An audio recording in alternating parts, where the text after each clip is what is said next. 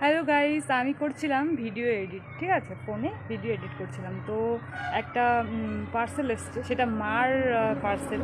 অনেক দিন ধরে এই পার্সেল নিয়ে আমার সঙ্গে ঝামেলাও হয়েছে। বলে মানে আমার পার্সেল নাকি চলে আসে, ওনার পার্সেলগুলো আসে না।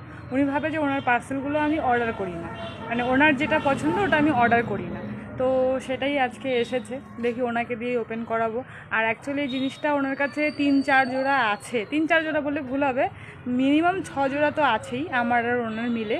তো তবুও ওনাকে লাগবে, তো আমি অর্ডার করেছি, চলে এসছে। এবার ওনাকেই দিয়ে অনেক রীতিমতো ঝামেলা করে নিয়েছে এই জিনিসটা নিয়ে, ঠিক আছে।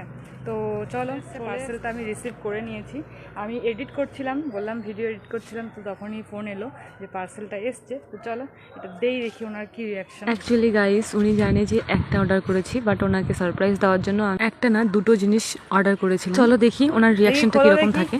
বলো নাকি তোমার আমি আনি না, তোমার পার্সেল নাকি আমি অর্ডার করি না, এবার বলো। সোজা আঙুলে ঘি ওঠে না, আঙুল তো তেরা করতে পারে। আঙ্গুল তেরা করতে হয় না, ওটা না আমার কাছে থাকে না, ঠিক আছে। আমার দাদু হয় না সবাই যে আমি পার্সেলটাকে বলে দিলাম আজকেই আর আজকেই দিয়ে গেল। হ্যাঁ, দেখি কীরকম এসছে, খোলো, পছন্দ হয় কি না দেখো। কিন্তু আমি এটা নিব না, হয়ে যায় না, হয়ে যায়। এই দেখো এক যেটা পড়েও রয়েছে, দেখো দুটো আছে, উনি জানেই না, একটা বের করেছিল আর একটা রেখেই দিয়েছিল। আমি দুটো একসঙ্গেই অর্ডার করেছি যে দুটো একসঙ্গেই আসবে।